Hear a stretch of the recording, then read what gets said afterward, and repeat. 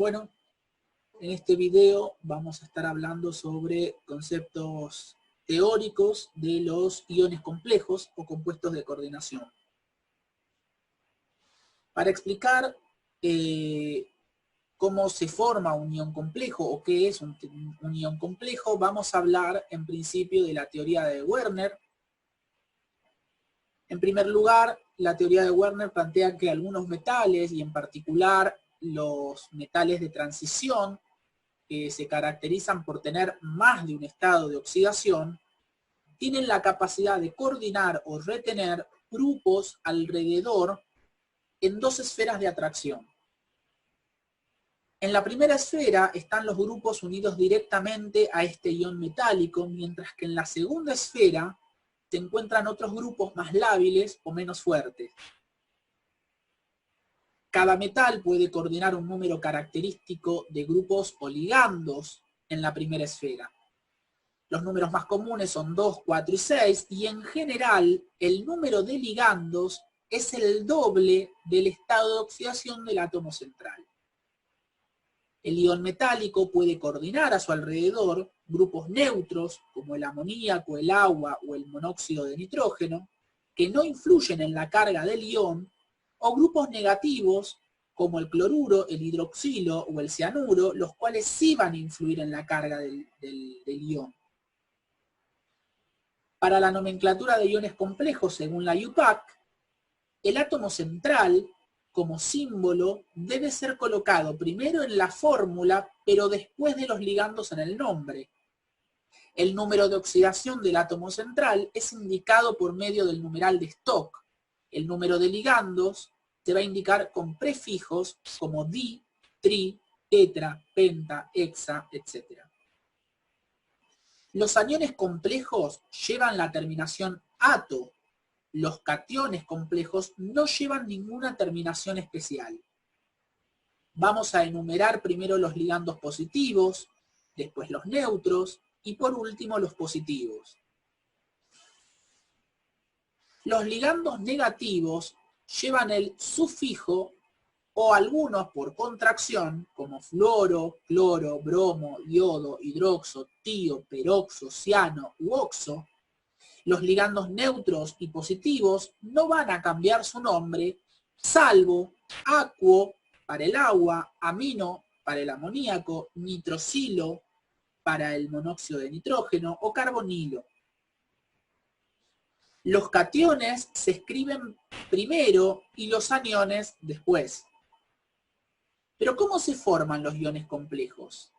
Cuando se produce una reacción de formación de precipitados, según la regla de Berthollet, suele producirse una reacción en exceso hasta disolución del mismo. Veamos unos ejemplos. El nitrato de plata reacciona con el tiosulfato de sodio según la siguiente reacción, formando tiosulfato de plata y nitrato de sodio. El tiosulfato de plata va a reaccionar con exceso de tiosulfato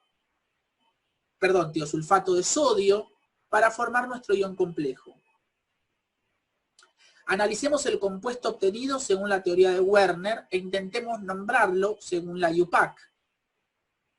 Nosotros teníamos este ion complejo que se produjo de la reacción anterior.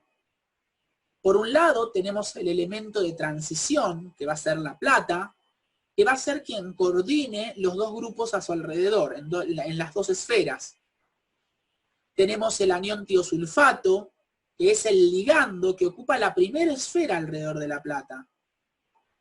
Y por otro lado tenemos una segunda esfera que tiene un metal más lábil o menos fuerte, como es el sodio.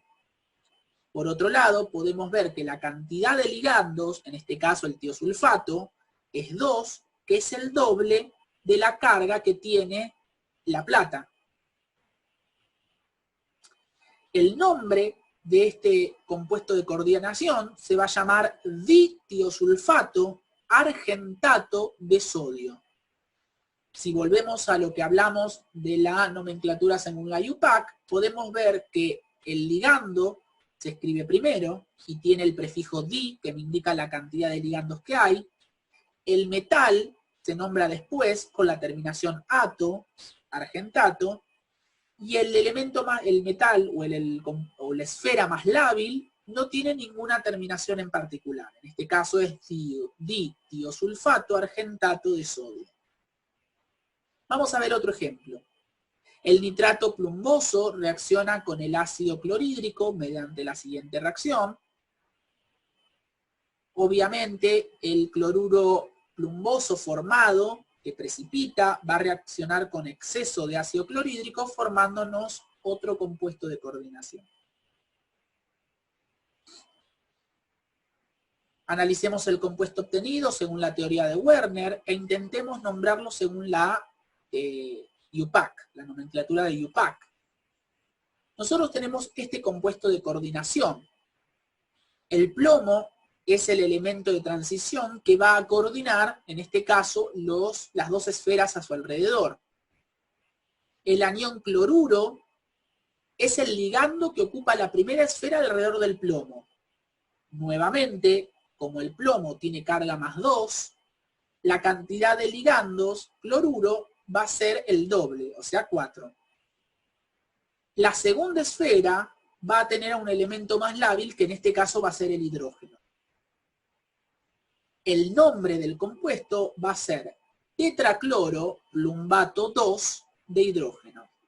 Según la teoría o la nomenclatura de IUPAC, vemos que primero nombramos al ligando con el prefijo tetra, que indica la cantidad de ligandos que tenemos.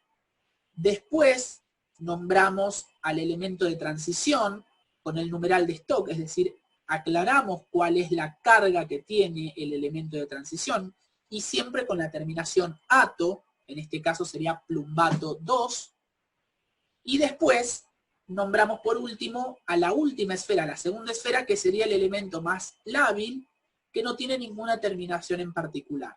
Por eso el nombre de este compuesto de coordinación es tetracloro plumbato 2 de hidrógeno. ¿Qué fue lo que aprendimos a lo largo de todo este curso? Aprendimos a escribir ecuaciones de disociación de ácidos y bases fuertes, débiles, y plantear sus constantes de equilibrio. Aprendimos a calcular la concentración de protones y el pH de ácidos, bases y sales de todo tipo. Calcular el pH de una solución reguladora a partir de la ecuación de Henderson-Hasselbalch. A escribir ecuaciones de reacción de precipitación y de formación de ácidos volátiles a partir de la regla de Berthollet, y a escribir ecuaciones de formación y poder nombrar compuestos de coordinación e iones complejos a partir de la teoría de Werner.